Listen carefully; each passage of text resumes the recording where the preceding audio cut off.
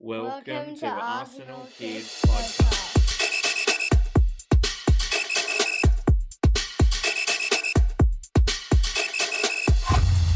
Hello and welcome to Arsenal Kids Podcast. My name is Madi and I'm joined by my co-host Ben. And it is great to have you join us for this episode. Yes, hello listeners. Hello Madi and welcome to episode 168. It is great to have you join us and what a great morning for us here in Australia of football for the Arsenal, Madi. Yes, Ben. Both teams won in the cup competition. Let's look at the women's team win in part 1 and the men's team win in part 2. Sounds like a plan. And somewhere in there we'll also fit in to share how 2 of our young women players are going to go on loan for the remainder of the season and who the boys' academy side will be facing in the 5th round of the FA Cup. A lot to talk about, as always. There is, and we love it. Before we get into it, a quick reminder to please like and share our content with others. Share the links from Apple Podcasts, YouTube, Amazon Music, our website, wherever it is that you listen to us to help us grow the Arsenal Kids community. Because we would love for you to join us on this adventure together. We would indeed. And Maddie, first things first, and that was the women's team who kicked off 45 minutes before the men, and they were playing at Meadow Park in the quarterfinals of the Subway Women's League Cup. Ben, quick question.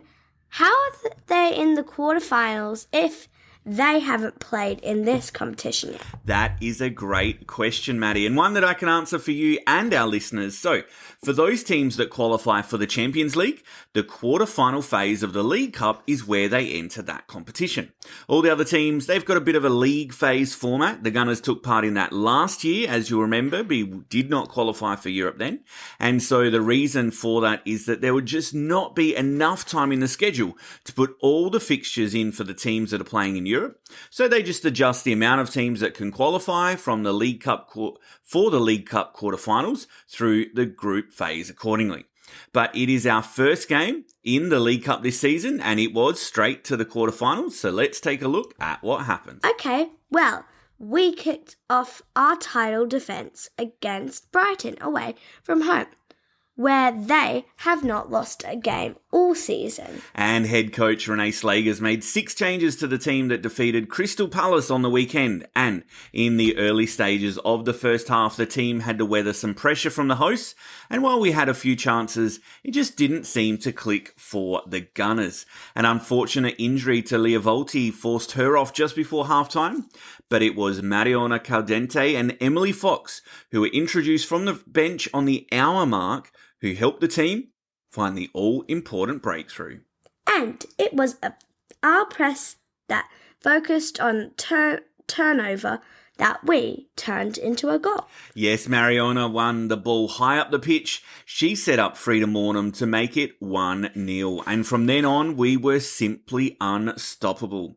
Mariona unlocked Russo down the right, and she found Katie McCabe in the centre, ready and making it 2-0. And then a wonder strike from Kyrie Cooney cross.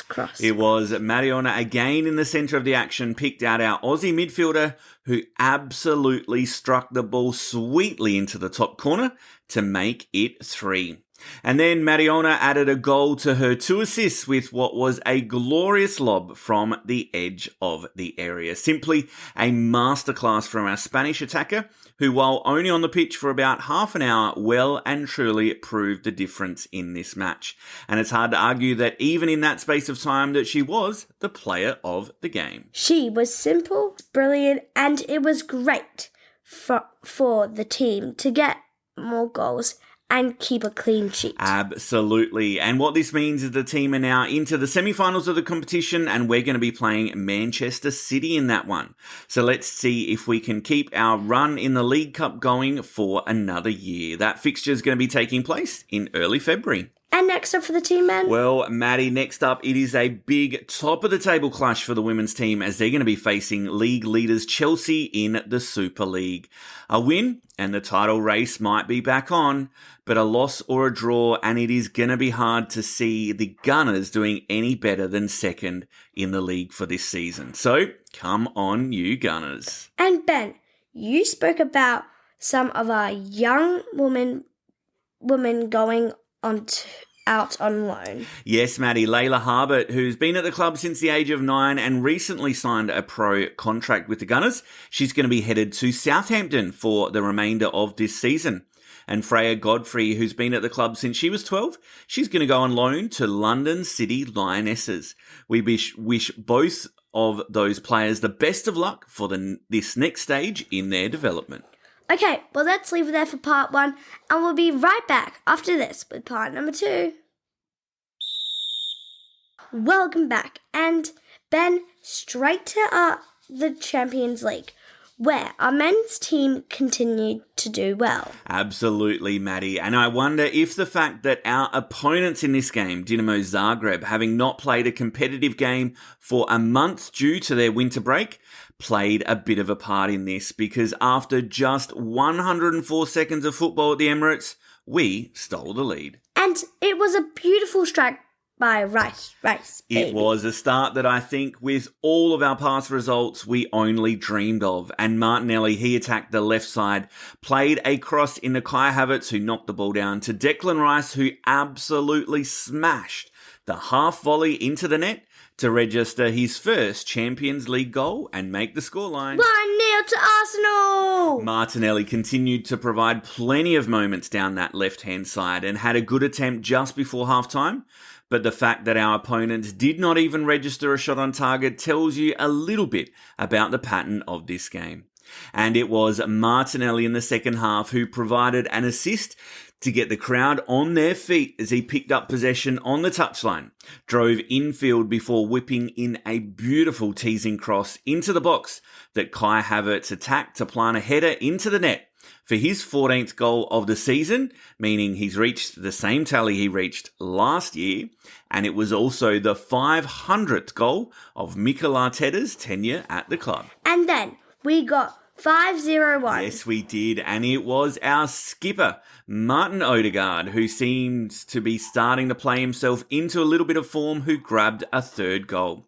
On his 100th appearance, Leandro Trossard found some space on the left and sent in a delivery that was missed by the defender, and Odegaard was on hand to send the ball into the net. That made it 3-0, and then there was a nice moment right at the end of the game when youngster Nathan Butler-Odeji came onto the field for the final few minutes to make his Arsenal debut. And what does that mean for the team, Ben? Well, Maddie, it means that we are almost certainly into the last 16 with still a game to play of the league phase. Our superior goal difference means apparently there is a 0.04% chance of us not progressing to the last 16 without having to play that awkward two-legged qualifier. And with games continuing to come thick and fast, if we have an opportunity to get a breather, as much as we love watching our team play, it'll be good for them to get a break, and maybe we can get some players back from injury. Hopefully we get some back soon. Yes, it was good to see Ethan Waneri return to the field a little bit ahead of schedule. And then there were reports, though, that Miles Lewis-Skelly picked up a knock in the last game against Aston Villa and he wasn't able to train during the week. Let's hope for some good news there. And who knows, maybe even a signing in the transfer market. It would be great if that could come before our game on the weekend away to Wolves. Let us see.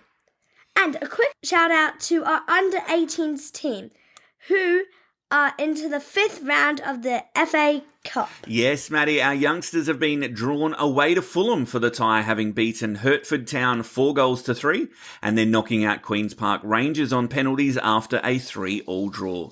Good luck to them next Friday for that game. Okay, well, let's wrap it up for this episode. Thanks again for joining us at Arsenal Kids Podcast. Before we sign off, we want to express our gratitude for your continued support. If you haven't already, please follow, like, and subscribe so you don't miss us in the future. Remember, it's your love for the beautiful game that fuels our passion. And we would love for you to spread the word about Arsenal Kids Podcast. Yes, please share our podcast with other Arsenal kids you know and help us to grow this amazing community together. We hope to join you back on the pitch again soon. Keep the spirit of the game alive, and until next time. Goodbye.